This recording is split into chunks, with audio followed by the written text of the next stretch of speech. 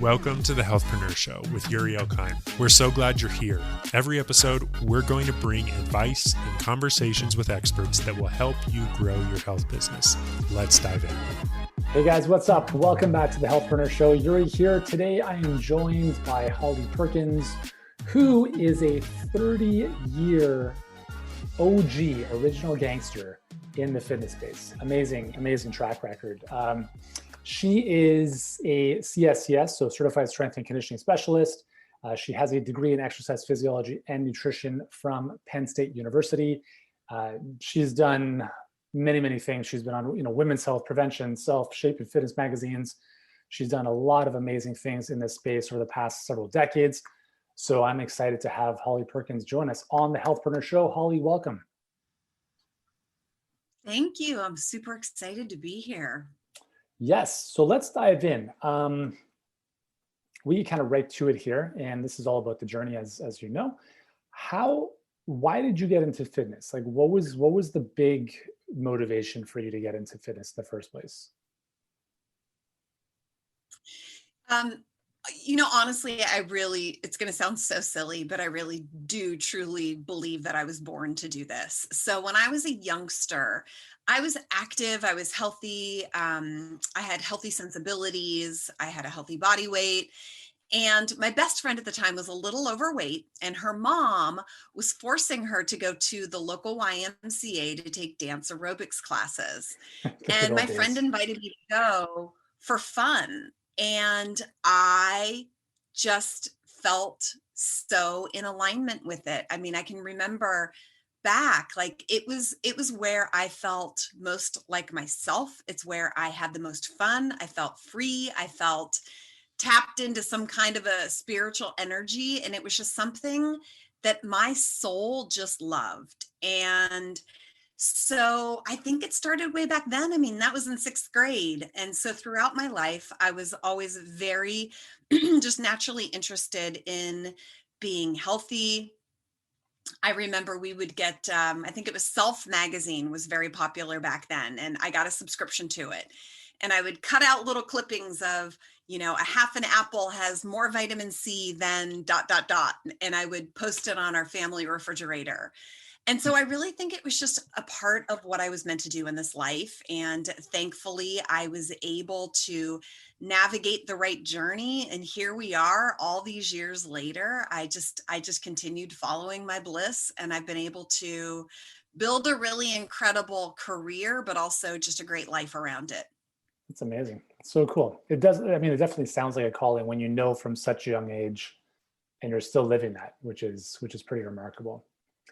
So so you're 6th grade, you knew this was going to be the thing for you. What's the first job? Like, how did you start in this whole industry? Yeah. So when it was time for me to go to college, I had no idea what I wanted to be when I grew up. And, my mom was very, proactive in terms of making a decision and kicking me out of house and making me go to college. And I think had it been left to myself, I probably wouldn't have gone to college, but my mom really kind of made me go. And I think that in some ways I was a late bloomer in terms of maturity, emotional maturity. I really didn't have any idea what I wanted to do, what I wanted to study, who I wanted to be, or anything. And so thankfully, by the grace of a higher spirit above, I got into Penn State. And at the time, Penn State was one of the top 3 universities in exercise physiology. So I thought, well, I love to exercise. I love all things about health and fitness. So let me take a stab at it. And when I first enrolled at Penn State, my original major was athletic training.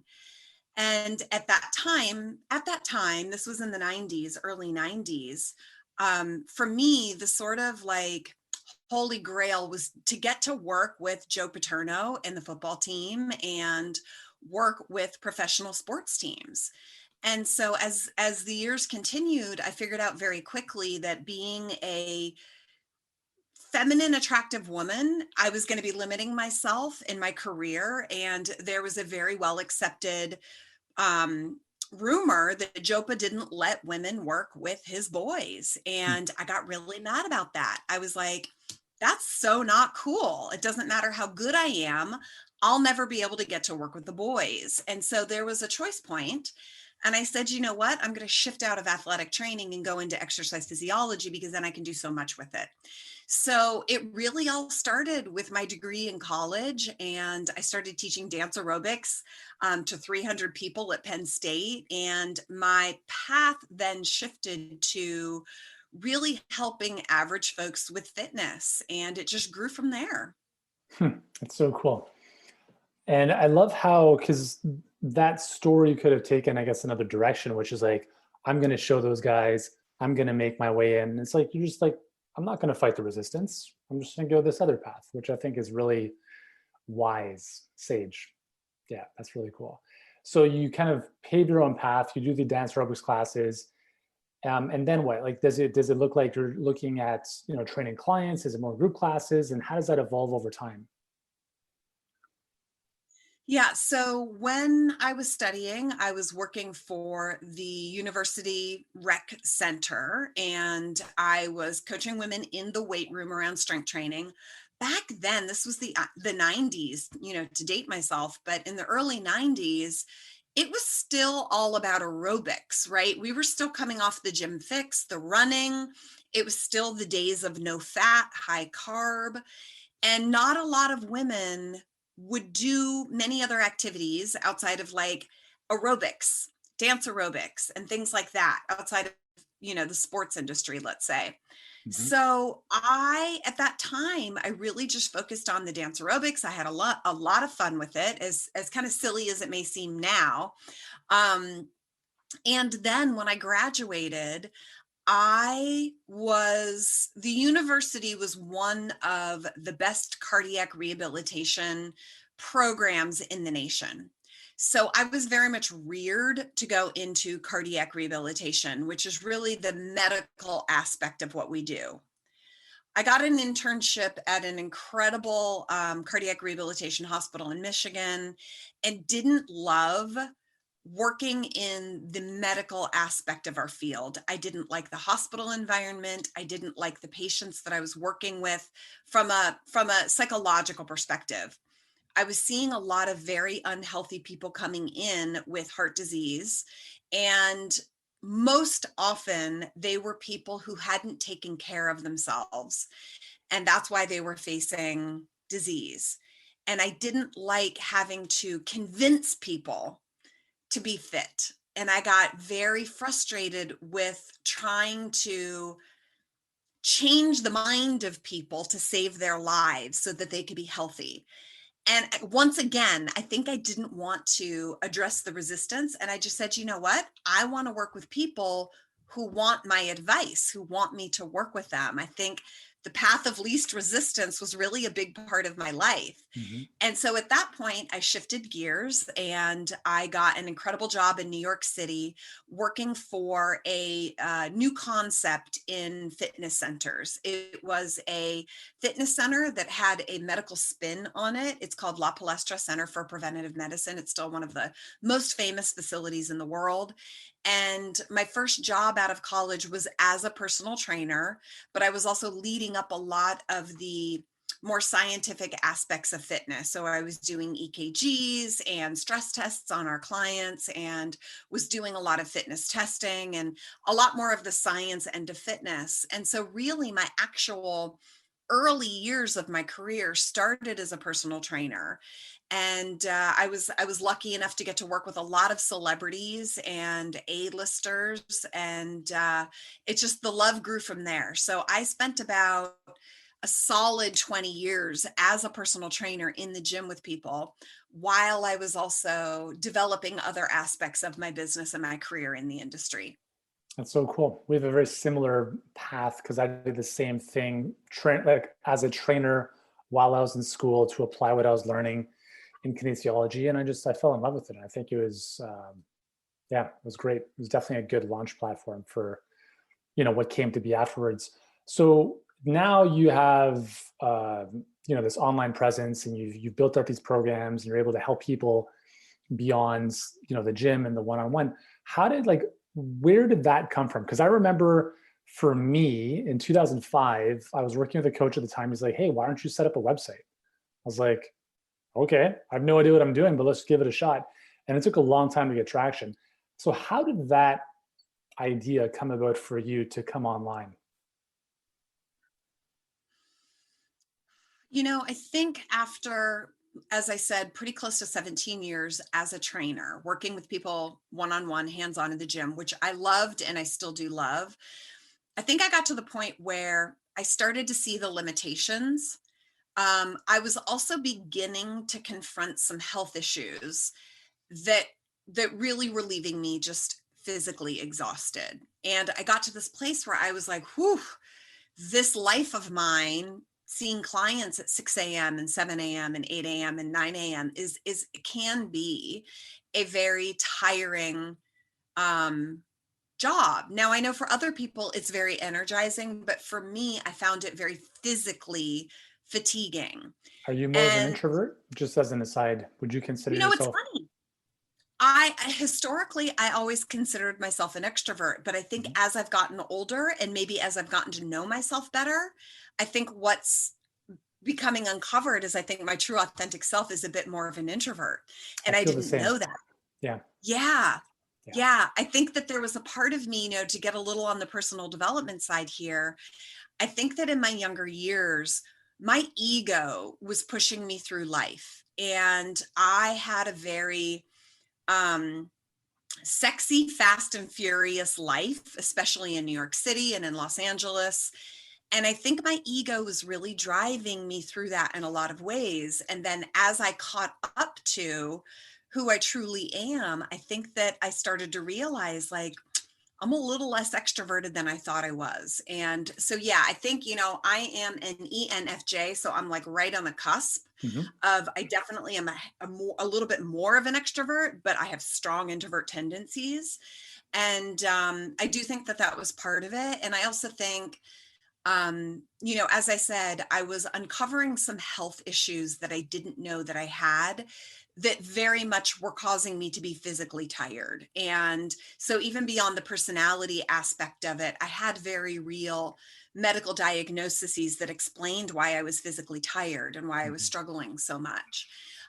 Thankfully, that happened to coincide with when I got the opportunity to write Lift to Get Lean, which is a strength training book for women in partnership with Women's Health Magazine. I was an expert for Women's Health Magazine at the time, and they tapped me to write this book. And I knew that the book was really going to demand a lot of my time.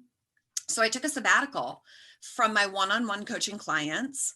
And when I did that, I just very naturally realized that the nature of who I was and what I wanted my business to be, I wanted to be more online. I love working with people. I still, until very recently, until 2020, I was working with people in the gym. But I just felt like I felt that I had more opportunity and more reach if I put more energy into a virtual business so that I could be anywhere. I could work with clients anywhere in the world. And I just felt that my reach could extend so much farther if I put more energy in that direction. So it really was a natural transition. That's so cool. And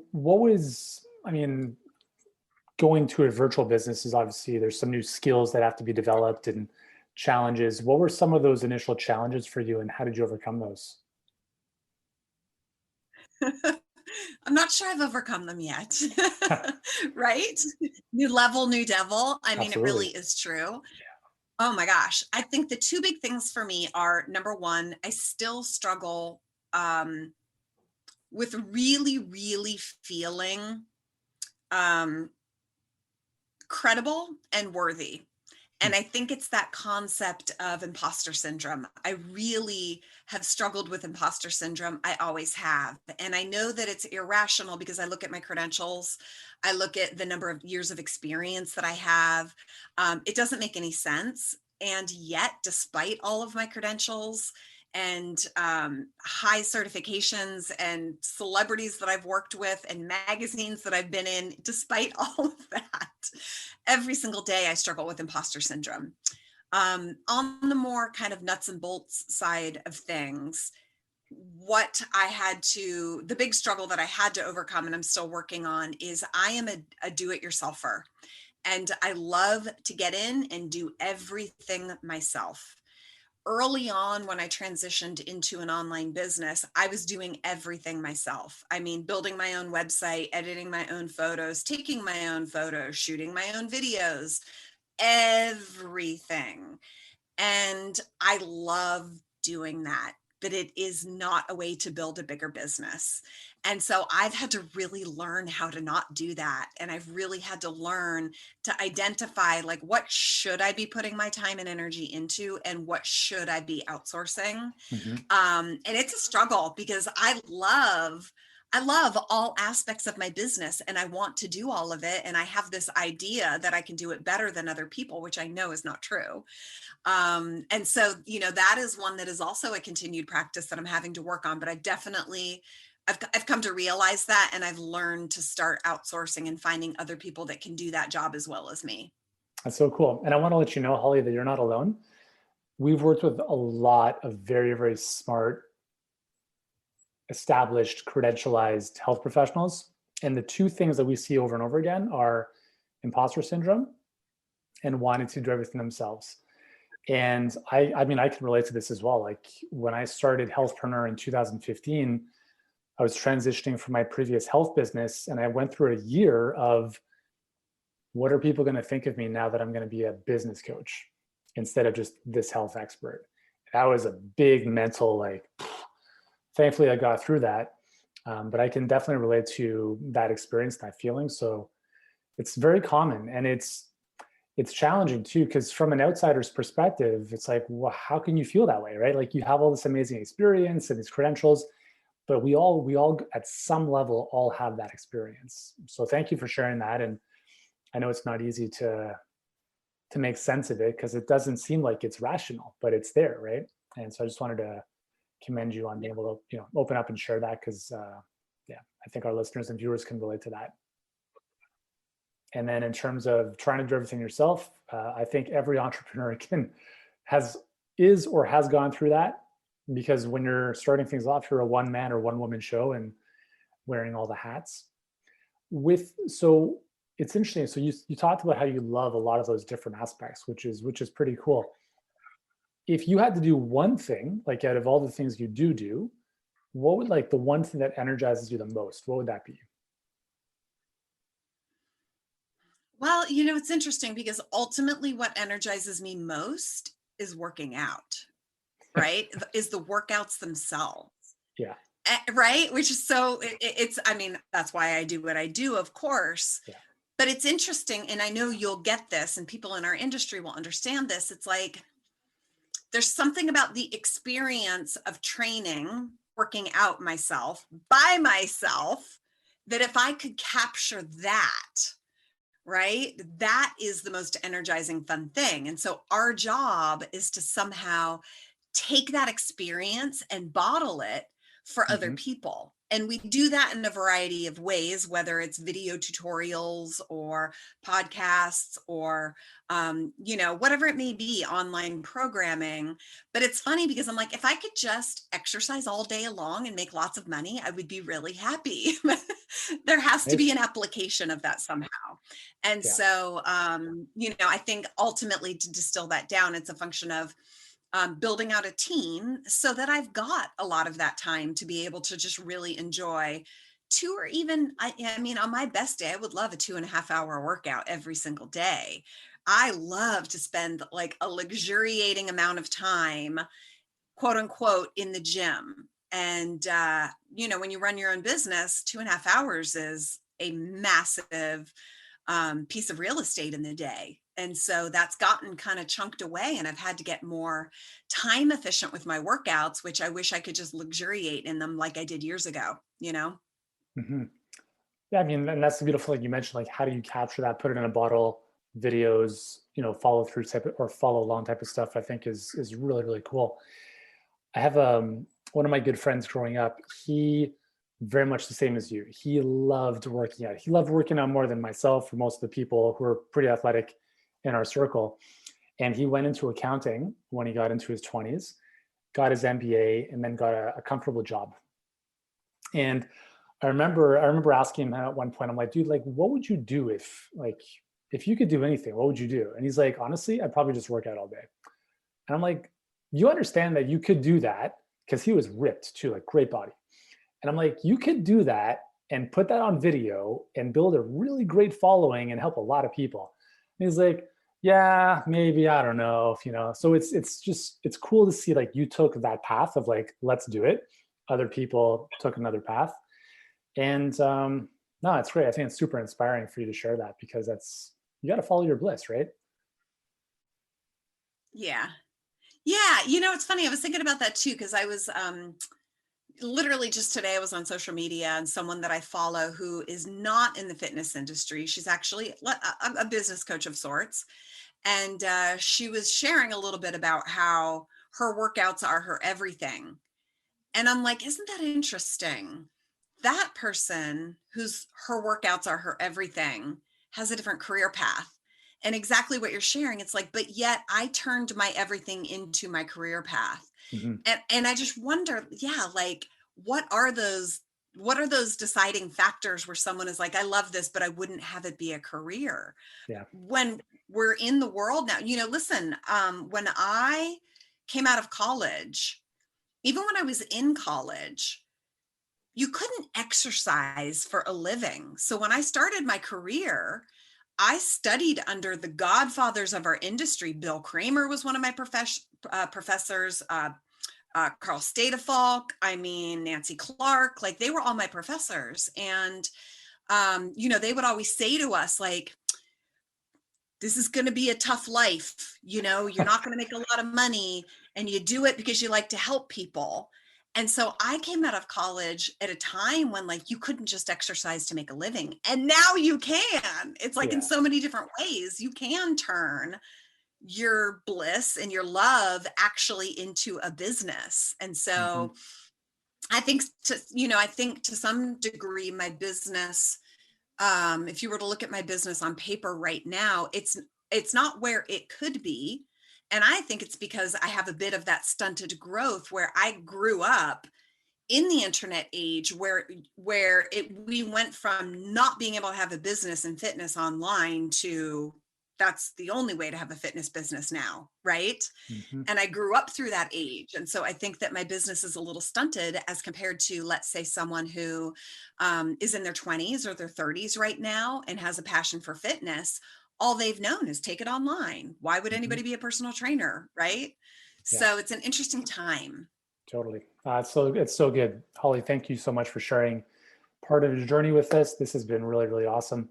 What is the best place for people to follow you online? My website, hollyperkins.com. I have a lot of free programs, free downloads, a lot of great resources there. And then social media, Instagram is probably the best, at Holly Perkins, all one word, _. Those are the two best places to follow along and join the conversation. Perfect. There we go. We will link up to those in the show notes for you guys. Holly, thank you so much for sharing your journey with us. It's been great to get to know you a bit better, and nice to see the path that you've been on and continue to be on. So thank you so much for the work you do and for taking some time with us today. Thank you for having me. Thank you for joining us on the Coach's Corner. If you didn't know, inside of our private Facebook group, the Healthpreneur Hub, Yuri's show, The Coach's Corner, happens live every single morning with one goal: to help you grow your health business. If you want to hear more of The Coach's Corner, then click the link in the show notes to join the Healthpreneur Hub on Facebook for free. And if you want to know the 4-step system that predictably fills a health business with qualified, ready-to-buy clients, we want to send you an invite to our free online masterclass. You can find that masterclass at healthpreneurgroup.com/show or by clicking the link in the show notes. Thank you so much for joining us. We'll see you next time on the Healthpreneur Show with Yuri Elkine.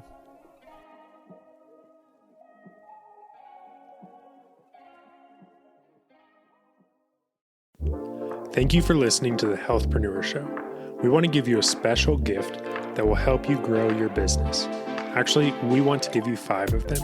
If you leave a review for the Healthpreneur Show and send us a screenshot of the review on Instagram, we will give you 5 business transforming books and trainings.